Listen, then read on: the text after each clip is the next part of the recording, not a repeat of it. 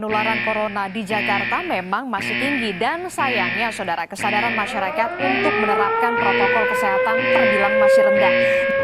Seorang perawat Rumah Sakit Universitas Airlangga Surabaya meninggal dunia akibat terpapar COVID-19.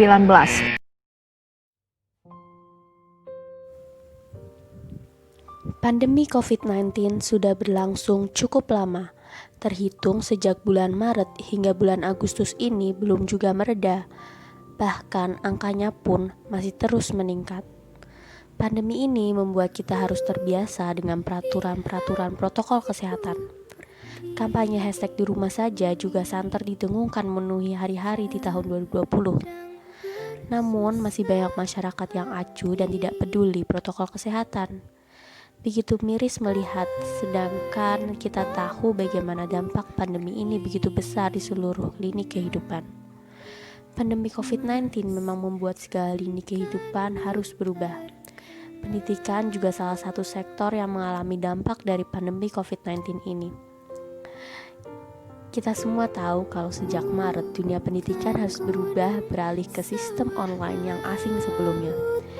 Dan tidak semua masyarakat mampu untuk mengakses pendidikan online ini. Pandemi COVID-19 ini juga berdampak kepada pelaksanaan kuliah kerja nyata, salah satunya di Universitas Diponegoro. KKN yang biasanya ditempatkan jauh di pelosok desa, berkegiatan bersama dengan kelompok sesama mahasiswa.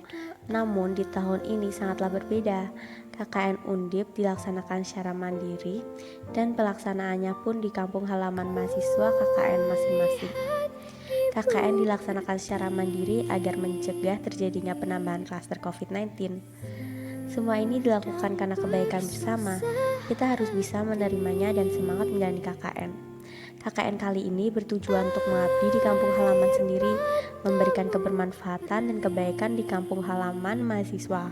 Oleh itu, KKN Undip di tahun ini tersebar di seluruh penjuru Indonesia.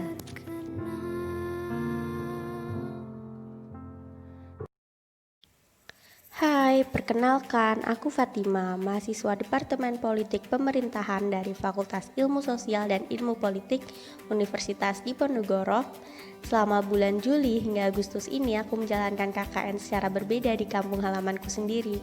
Menjalani KKN di Kelurahan Krapia, Kecamatan Pekalongan Utara, Kota Pekalongan.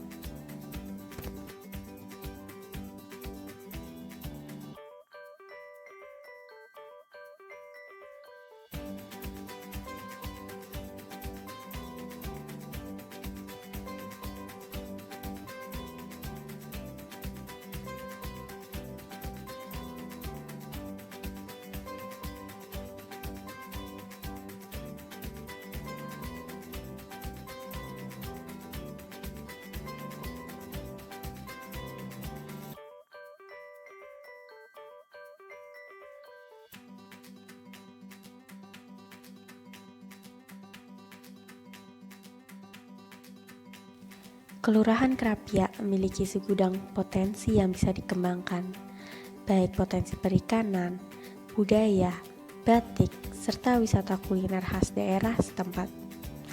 Banyak sekali kuliner khas dari Krapia, antara lain gulai kacang hijau, miso dengkil, bubur suro, dan sebagainya.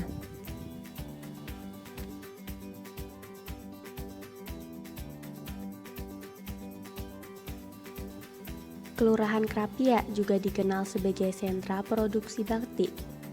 Salah satu motif yang sangat terkenal adalah batik Jelamprang. Motif batik Jelamprang diyakini sebagai motif batik asli Pekalongan. Motif ini lahir dari pengrajin batik keturunan Arab yang beragama Islam. Adanya larangan dalam Islam menggambar binatang maupun manusia mendorong pengrajin batik Pekalongan menciptakan motif hias geometris.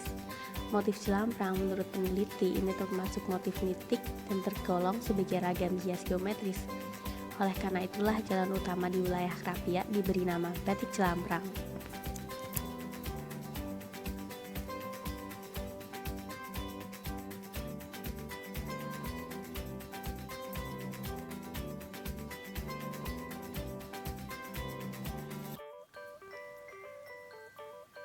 Krapia adalah salah satu wilayah yang paling utara dari kota Pekalongan.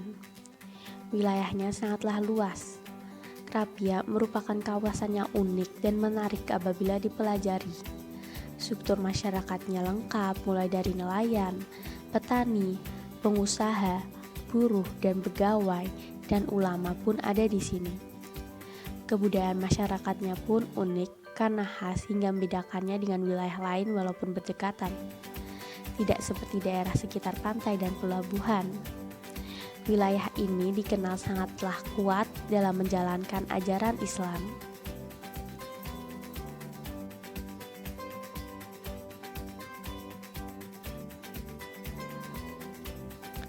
Dahulu tidak ada Kelurahan Krapia saja, namun melainkan terdapat dua kelurahan yang berbeda, yaitu Kelurahan Krapia Kidul dan Kelurahan Krapia Lor.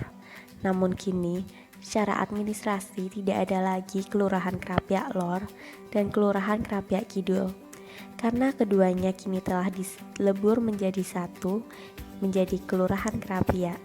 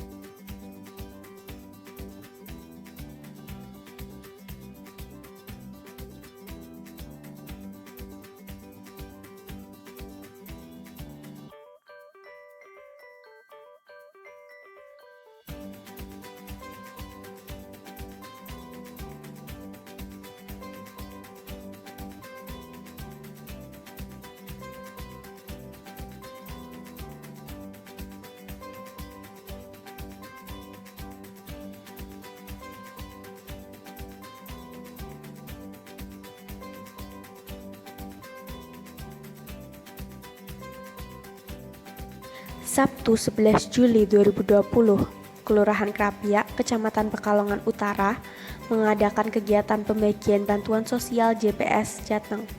Berdasarkan observasi saat ikut terjun membantu pendistribusian bansos, sangat disayangkan pendistribusian bansos belum sesuai dengan protokol kesehatan yang seharusnya dijalankan.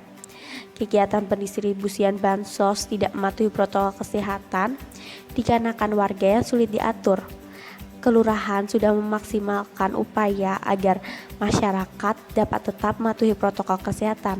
Setelah itu, saya melakukan pendampingan COVID-19 di Kelurahan Krapia dengan memberikan masukan bagi Kelurahan Krapia mengenai strategi agar masyarakat dapat senantiasa mematuhi protokol kesehatan saat pendistribusian bansos COVID-19.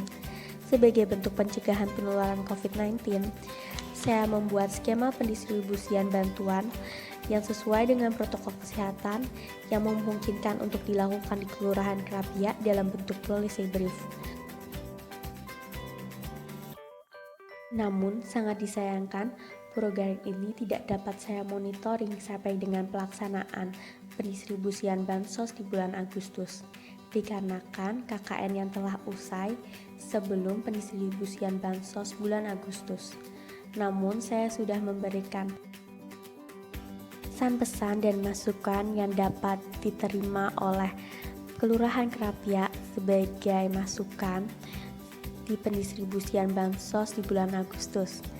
Pesan tersebut memungkinkan untuk dilakukan di Kelurahan Krapia karena dalam bentuk policy brief. Selain itu, sebagai pengganti program yang tidak dapat terlaksana secara maksimal, tidak dapat saya monitoring hingga proses pendistribusian bansos di bulan Agustus. Oleh itu, saya melakukan sosialisasi secara door to door.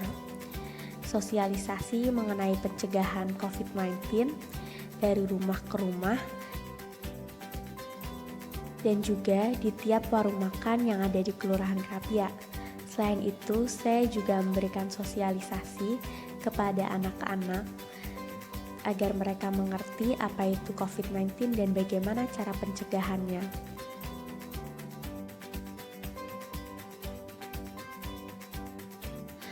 Memasuki resolusi industri 4.0, masyarakat dituntut adaptif dalam merespon perubahan. Salah satunya dalam merespon keberadaan teknologi di tengah-tengah masyarakat yang sangat dinamis. Begitu juga dengan UMKM.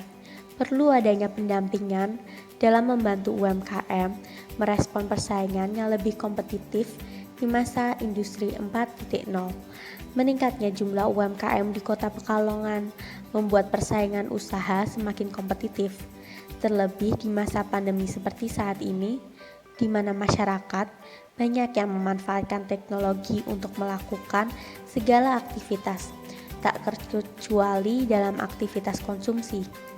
UMKM harus melakukan inovasi agar mereka bisa bertahan dalam persaingan. UMKM harus memiliki marketing plan yang tepat agar bisa memenangkan kompetisi pasar. Dalam pelaksanaan marketing plan, setiap UMKM dapat menggunakan berbagai macam media pemasaran. Salah satunya, media pemasaran yang sering digunakan saat ini adalah sosial media. Bapak Duloh, seorang pembuat kerajinan bambu, menjelaskan, pandemi COVID-19 membuat penjualan cap batik dari bambu yang ia produksi harus berhenti sementara. Namun kendati dirinya seorang seniman, meskipun tidak memiliki toko, Pak Duloh tetap semangat dalam membuat kerajinan bambu, karena bambu adalah kepuasan dan hobi yang ia tekuni. Semua kerajinan bambu yang sangat bernilai ia buat karena kecintaannya dengan seni membuat kerajinan bambu. Pak Duloh menjual berbagai bentuk cap batik dari bambu. Ia juga menerima pemesanan souvenir seperti kipas dan souvenir apapun dari bambu sesuai pemesanan. Bahkan rangtan bambu pun Pak Duloh siap menerima pesanan. Pemesanan kerajinan bambu custom Pak Duloh juga siap. Sangat menarik bukan? Saya mencoba memperkenalkan dan mempromosikan produk kerajinan bambu milik Bapak Duloh melalui akun UMKM Krapia di Facebook, di fanpage, dan juga di akun Instagram UMKM Krapia agar UMKM Krapia bisa dapat lebih dikenal. Selain Bapak Duloh, ada juga produk dari Ibu Mas Duki.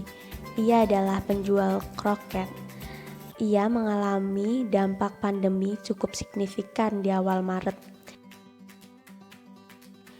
Dikarenakan sekolah yang beralih sistem menjadi online membuat dirinya tidak dapat menjual kroket di sekolah dan juga kantor-kantor dan juga catering karena tidak diperbolehkannya pernikahan di awal pandemi kemarin. Meskipun saat ini situasi sudah new normal, namun masih ada banyak masyarakat yang mengandalkan sistem online untuk melakukan konsumsinya. Oleh itu, Fatima juga memperkenalkan dan mempromosikan UMKM-nya di akun fanpage dan akun Instagram UMKM Krapia.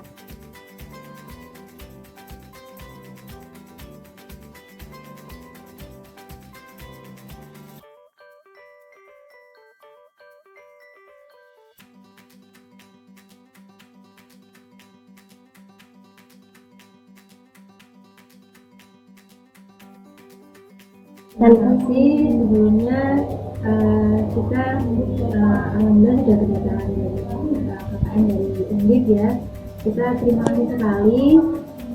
Yang paling program yang paling kayaknya bakal mengena dan bakal bisa berjalan itu mengenai UMKM. Alhamdulillah sudah dibuatkan media sosialnya, sehingga nanti kita berharapnya kedepannya UMKM di Krapia itu semakin maju, semakin dikenal, dan insya Allah bisa meningkatkan perekonomian terutama untuk warga Krapia di Pekalongan.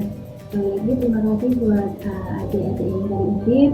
Semoga kedepannya masih bisa tetap membantu kita lagi.